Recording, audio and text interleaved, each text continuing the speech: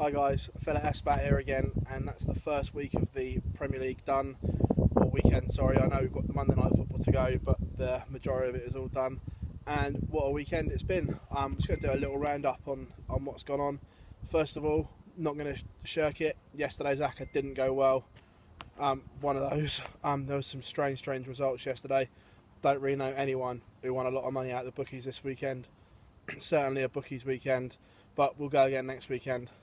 So, what did we learn from the first weekend of the Premier League? Last year's champions Leicester beaten on the first occasion. First champions ever to lose their opening game of the next season. And in fair, I thought Hull actually deserved it. They were compact, they were hard to beat considering they had no one fit. Bare bones of a squad. Was quite impressed with what Hull achieved. But Leicester will need to do better. They're going to find it tough juggling Premier League and Champions League when that kicks in. But that'll be interesting to see what happens. Moving on, Pep's game, first game in charge of Manchester City. What did we learn? It was a typical Pep teams type performance really. They tried to pass the ball out from the back. The centre-half split very wide.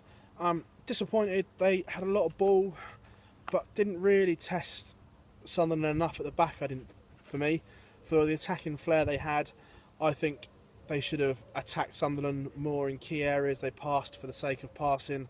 But they'll be a strong team, no doubt, when the season kicks in, because they've still got good players to come back. Gundogan, I think, will be a key player for them at the base of that midfield because he's comfortable on the ball.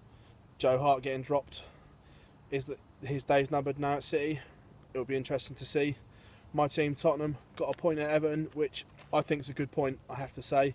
I think as the season goes on, Everton will be a hard place to go and get anything. So I'm happy it's over with, out of the way. First half, Everton played very well. We didn't get into the game, or they didn't let us get into the game in fairness. And then second half, we played a lot better and could have won it. But they'd say the same in the first half. So probably a point is a fair result in that respect. But a good game all in all. Saints at home to Watford was a little bit of a surprise, I thought. I really fancied Saints to beat Watford. I think they had 25 attempts on goal. Should be winning the game, really. Watford were dogged, but I don't think Watford are a good side. I think they got found out a little bit towards the end of last season. I still think they'll struggle, so I think that's a good point for Watford, and they'll be happy with that moving forward, I think. Then there was the Palace-West Brom game. Now, the obvious bet in that game was unders, and it proved to be. It wasn't the best of games from the highlights. I only saw the highlights, but they weren't the best. It was a typical Tony Pulis team, really. They were hard to beat. They were dogged. They got the ball in the box early doors, and Rondon scored a fairly good header, I have to say. One of my best mates is a Palace season ticket holder. He's been doing his nut on Twitter over the last 24 hours. They need some reinforcements, big time. They've got the basis of a really good team, but just lack a cutting edge up front. So Palace need one or two forwards in, for me, quite sharpish. But time will tell what happens with that one. Moving on to today's games, the big talking points really. Manchester United off to a winning way, the Jose factor. I thought first half against Bournemouth, defensively they looked very solid all day. But first half they lacked a little bit of injection of pace in the final third. We got that from them second half, and they were brilliant. 3-1 winners, Rooney scoring, of course Ibrahimovic scoring on his debut, shock, and Juan Mata got a start and scored when everyone thought he wasn't really going to figure much under Jose, but there we go, they look good. And I have to say, Eric Bailly, the centre-half, he's a rough diamond. He does go jumping in and clattering into forwards, but he does look a very good prospect, I have to say. Very impressed with him. Then the game was Super Sunday, 4-3 to Liverpool at the Emirates, and already #VengerOut is trending on Twitter. Surprise.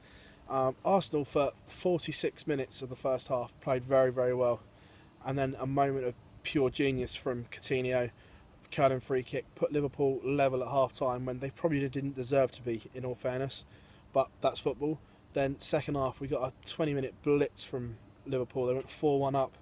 Coutinho was unplayable for that period. He scored another one. He set up Sadio Mane for a solo goal, and Adam Lallana also scored. Arsenal rallied, got back into the game, but some strange selection choices for me from Arsene Wenger. They bought Granit Xhaka for £34 million, an awful lot of money, and left him on the bench for 70 minutes. Now, he's had a good pre-season, he's played, so if you're spending that much money on someone, I'd expect him to play. Also, defensive crisis they had with Mertesacker and Gabriel both getting injured pre-season. Koscielny was sat in the stands watching. When I know he hasn't played, he's only trained this week, but in a moment of crisis, surely you need your best defender for me. And same with Olivier Giroud. Again, have him on the bench if necessary and just give them that cutting edge when they come on. But I know a lot of very unhappy Arsenal fans already, I have to say. So I'm trying to think what other games I've missed out. I'm just going to have a look now because I've got a memory like a sieve. So, yeah, Burnley, Swansea. Again, only watching the highlights. I think Burnley did enough to probably get something from the game. Sean Dyche will probably be disappointed they haven't got anything on opening day of the season. But I have to say, Swansea played okay. I like Llorente. I think it was a very good signing for them. For Swansea, I think he'll score them enough goals to stay up. Moving on to another promoted team, Middlesbrough got a point at home against Stoke. I think it's a point both teams will be relatively happy with. Middlesbrough, first game back in the Premier League after 7 years, never wanted to lose on opening day. Stoke, away from home, new faces in the side, didn't lose, so they'll also be happy with that. Alvaro Negredo getting first goal for Middlesbrough back in the Premier League. Looked a beast at City, I thought, so I think that's a very, very good signing for them, I have to say. I think, yeah, that's it. That's it for the Premier League roundup. So tomorrow we also have Chelsea against West Ham United, which I think will be a good game. Conte's first game in the Premier League against a wily old West Ham team. I know it's not old, but the saying. I think Slaven Bilic will have West Ham bang up for this. I expect Payet will play, although there's a little bit of killology at the moment. Will he, won't he? I think he'll play. So that should be a really good game, and we'll see where Chelsea are. Be interesting to see whether they play three at the back like Conte likes to. But all in all, guys, I've really enjoyed the opening weekend of the Premier League. Don't know about you guys. If you like this, give us a thumbs up, please. Please subscribe to my channel and leave any comments. If anyone wants to talk about anything football-wise, leave it in the comments box and we'll chat on the next video. Might try and do one tomorrow after the Chelsea game, depending on time-wise. But cheers, guys. Thank you.